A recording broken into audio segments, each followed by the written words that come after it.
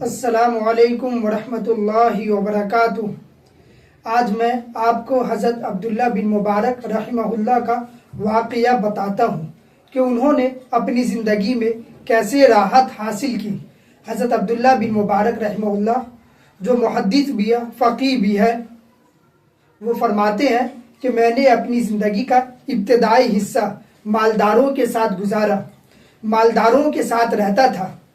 लेकिन जब तक मैं मालदारों के साथ रहा, मुझसे ज़्यादा गमगीन इंसान कोई नहीं था, क्योंकि जहाँ जाता ये देखता कि उसका घर मेरे घर से अच्छा है, उसकी गाड़ी मेरी गाड़ी से अच्छी है, उसका कपड़ा मेरे कपड़े से अच्छा है।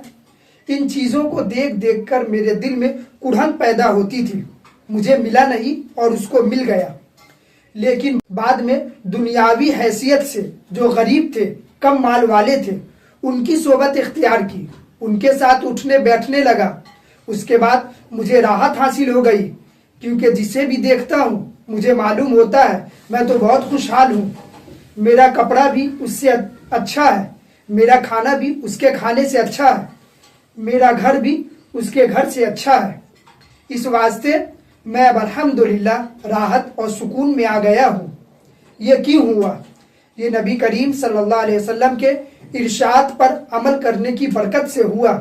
कोई शख्स तजर्बा करके देख ले कि दुनियावी मामले में अपने से ऊंचे को देखते रहोगे तो कभी कनात हासिल नहीं होगी, कभी आंखों को ठंडक नसीब नहीं होगी।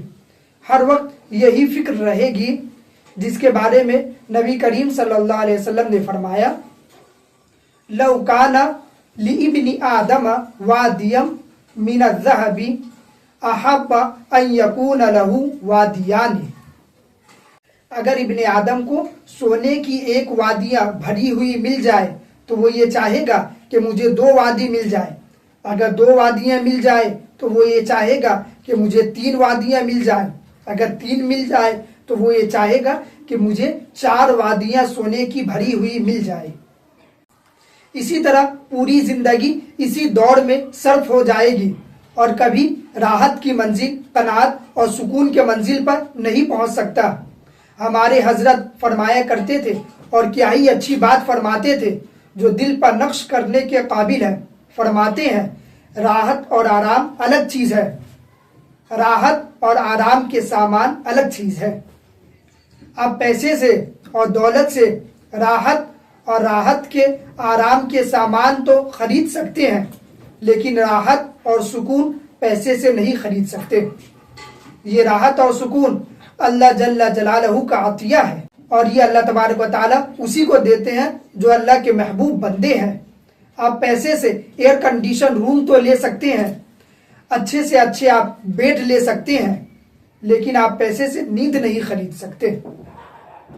आप पता करके देख लें बड़े बड़े मालदारों और मिलों के और फैक्ट्रियों के मालिक के बारे में।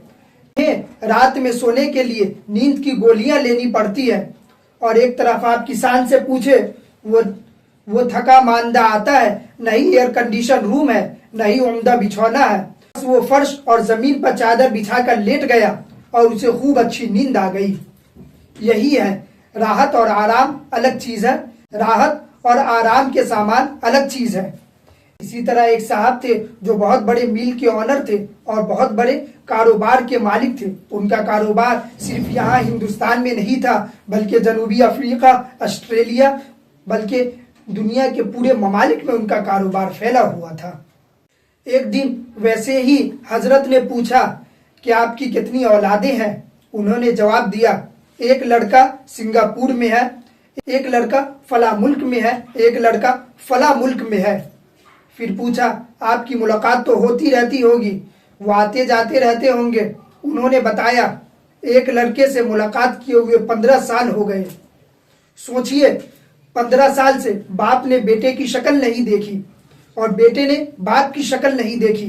तो अब बताओ, ऐसे पैसे और रुपये और दौलत किस काम की जो औलाद को बाप की शक्ल न दिखा सके। ये सारी दौड़ धूप असबाब राहत के लिए हो रहे हैं, लेकिन राहत नहीं है, सुकून नहीं है। इसलिए याद रखो, राहत पैसे के जरिए नहीं खरीदी जा सकती। अभी कुछ अरसे पहले एक साहब ने जिक्र किया कि वो रमज़ान में उम्रा करने के लिए तशरीफ़ ले गया। एक और साहब थे जिनके पास बहुत दौलत थी, नौकर चाकर थे।